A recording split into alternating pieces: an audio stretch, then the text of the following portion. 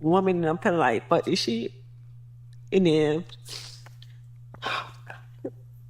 the next minute, I'm looking at my kids and I'm like, I ain't bring us this far to go backwards.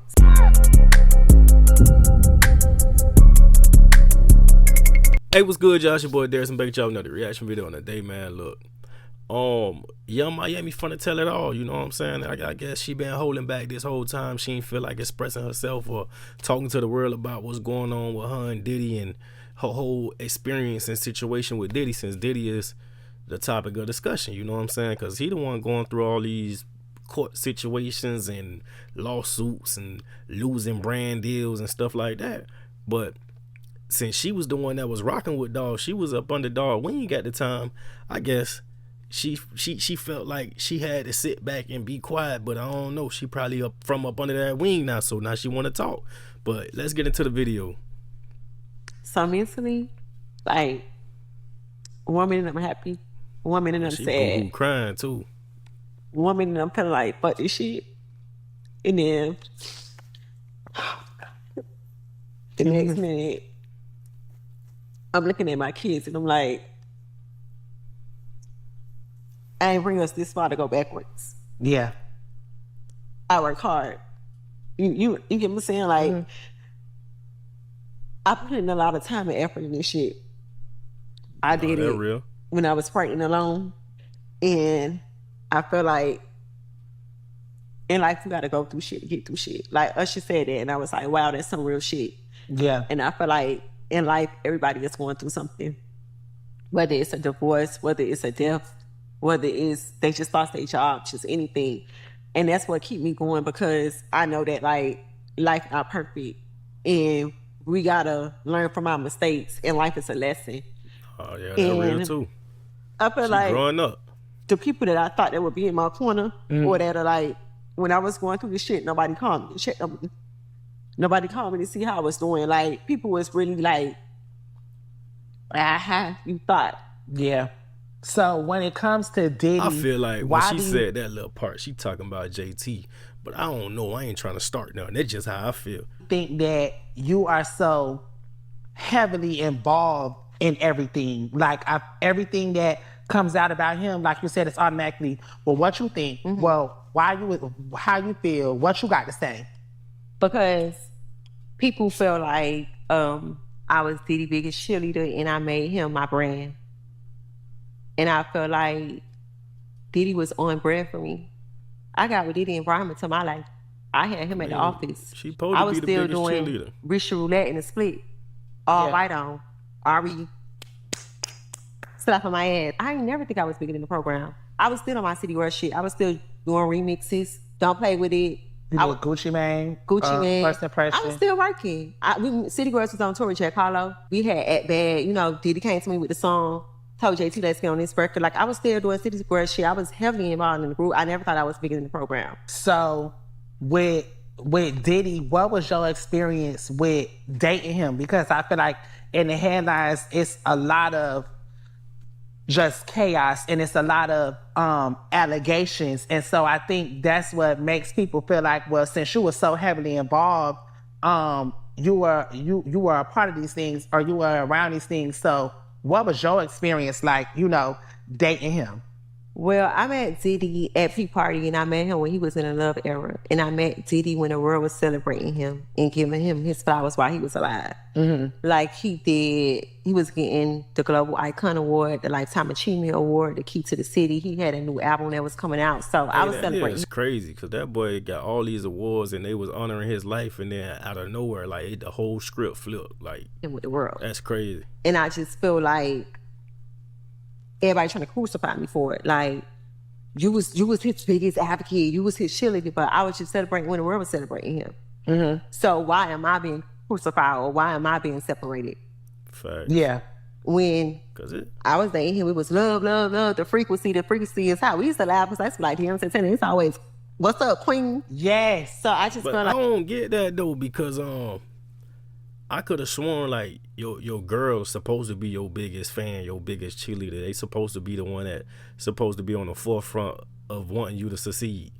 So I don't get that part right there. They talking about people hating and this and that, but they was publicly dealing with each other. I wouldn't say dating like as far as a relationship or whatever, but they was publicly dealing with each other. So I feel like ain't nothing wrong with that, because she's supposed to be number one on the roster when it come down to being the biggest fan. I just felt like I met him like in a whole new era, and that wasn't my experience. Like when I met him, it was just like I told y'all on season 1. I even asked him like, "Why you fucking with me? Why you fucking with a city girl? Yeah. Why you coming into my world? Because I'm on some whole other shit. Like you know my lyrics and stuff." Yeah. And it's just like when I got with him, he was just a man. Like it was more of like, okay, we ain't gonna do that. We gonna sit. We gonna communicate. We gonna get solutions. What's going on? Like we ain't even going that route. So that was my experience with him. So a lot of the things that people really like say about him, you didn't experience that as in dating. That's not something that you saw. So is that the reason why you never said anything? Is that the reason why when all of these allegations and lawsuits came apart, like why didn't you speak? Because I can't speak on something that wasn't my experience, and I can't speak on something that I don't know. I can't speak on these allegations because I wasn't around at the time. I don't know that person, and that wasn't my experience. So with you being, I feel like, a survivor of domestic violence, he never hit you in a relationship. He was never violent. Was that something that you had to tolerate, or that wasn't a part of, because I feel like that's the biggest thing to him right now is, what he going through in these lawsuits and, that video that came out. And it's like, I feel like a lot of people are wondering, was that your experience? And I know personally that you've been through domestic violence before, and I don't think that's something that, I know that's something that you've grown from and that you don't tolerate. I've been through domestic violence in 2 relationships. And I told myself after the second relationship, I would never put myself in that situation again, especially now being that I'm a mom. I was a mother then, but like having a daughter, like I would never put myself in that position. I don't stand for domestic violence. I'm just not going for that. So do you feel like with dating Diddy, like, was it a business relationship? Do you feel like it was beneficial for you? I feel like it was beneficial for both of us. I think that, I was able to come and be a brand ambassador for DeLeon and take it to a whole nother level, because I feel like, I won't say nobody wasn't drinking DeLeon, but... Nobody wasn't drinking DeLeon. Nobody wasn't drinking DeLeon. But when I came, it was just like, it's a city or a summer, we drinking DeLeon, we acting bad. So I feel like I was an asset. I honestly just feel like with Diddy, I met him at a P party, and I don't know what his intentions was, but I don't know if it was like business or he really liked me, but I felt like, when he got me, he really saw something in me, and that's why he was like, you know what, you got a big personality, like you should do a podcast, like you know how to engage in conversations, like you know how to ask good questions. So I felt like, I came into his world and I was able to turn everything he had going on up a notch. Like, he had DeLeon. I was able to have the whole world drinking DeLeon, putting in his songs. Like, I made it popular, Yeah. And then with Revolt, I was able to come and make it the #1 podcast on Revolt. Yeah. So I felt like, and then with him, it was like he was able to, take my career to the next level. I did the Met Gala. I got ready with Vogue. Like, I wasn't going into the relationship thinking like, I want to get a purse. I want to go on private jets. I want to get diamonds. Like, I feel like I'm up under a mogul. I want to learn something. Like I want to learn business. I want to learn how to.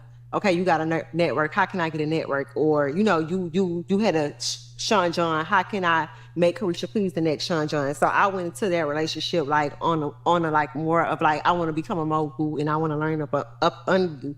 Most people just want to get their body done. You want to get a trip. You want to. Just do that video. No, I wasn't one of them. Are you still dating Puff Daddy? I'm not. So I said I was going to tell my truth. I think that it really, really, really hurt me because I just feel like, Puff was a really, really good person to me. I feel like he came and he helped me and, he elevated me and he saw a lot of things in me. And I feel like that's one of his specialties. Like, he know how to find people and, identify their talent. And he was able to see more than music in me. And I felt like he brought out another side of me. Like he brought out like my jitsu side, like my woman side. Like it was like a lot of things that I didn't see in me that he brought out of me. Like baby girl, you more than music. You a icon. You a motherfucking mogul. You know what I'm saying? Like put God first. Make sure you keep God with everything that you do. But I just felt like, that boy was speaking life into it for real. When all of these things came out, I just needed to take a break and focus on what's important. It was just me and my career and my family, and just, let him navigate and figure that out on his own, because I can't get caught up in it. Although he was so great to you and you didn't experience that, you still feel like just with everything that's transpiring, in order for you to soar or to keep elevating, you need to disassociate yourself. It's not in order for me to keep soaring or, just to elevate myself. I just feel like, although that wasn't my experience, and he was such a good person to me, and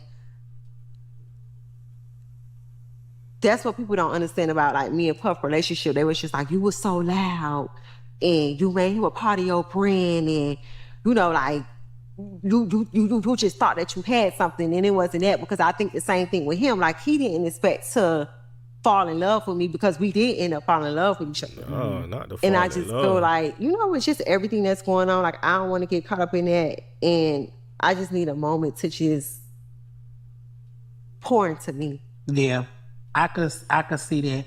And I just want to take a moment to give you your flowers for being so strong. No, that's real though, because I'm gonna say that too. Like for her to like go through the situation with him and feel like ain't nobody checking on her, you got to be a strong person to sit here on this interview and explain the whole situation. I've been through, I feel like a lot of stuff behind the scenes with you, with just going through everything and just seeing how like everybody really like just turned on you, and just how you've been so strong, even like for your kids, for yourself, being a woman, making the right decisions. Yeah, I think that, well, I just want to say thank you, because if it wasn't for you, I don't know where the fuck I would be. I probably would be somewhere like I probably would have turned into a motherfucking pill popping animal, putting myself to sleep. Cause this was like pain that I never felt, and the people that I thought would be here for me turned this into like an aha moment. Yeah. And I feel like she's sending shots at JT. I ain't even gonna lie. And it just was like, nobody called to check on me. Nobody called to see like how I was feeling. Like it was really like an aha moment. Like, oh my God, bitch, you thought that you had this nigga. You thought that you was going up, and I didn't think anything. I got with a nigga and I did what I was supposed to do. And the nigga was doing what he was supposed to do. You know what I'm saying? Like, why would I get with this nigga and just go to Chanel? But you know what I'm saying? Like, I was able to get a podcast, and I still got my podcast with and without him. Yeah, but y'all act like she ain't had motion already. Like she already had motion. She was a city girl. She was doing her thing. Her and JT are the reason why all these females around the world is saying period. You feel me? So it's like y'all act like, Diddy put her in position. She was already in position. She already had motion. She already had she was trending already, you know what I'm saying? And held down the fort when JT got locked up. So it's like, I don't know. You know what I'm saying? I don't know. I'm a viewer just like y'all, you feel me? But that's the end of the video. Get in the comment box. Let me know what y'all want to see next. Like, comment, subscribe, and I'm out. Pull up on the scene with the whole team. You like, what's that smell? I'm like, that's that sour D. Bitch, you already know that we smoking. Never smoking, Reggie, only and watch me pull up on the scene with the whole team. You like, what's that smell? I'm like, that's that sour D. Bitch, you already know that we smoking. Never smoking, Reggie, only and watch me pull up.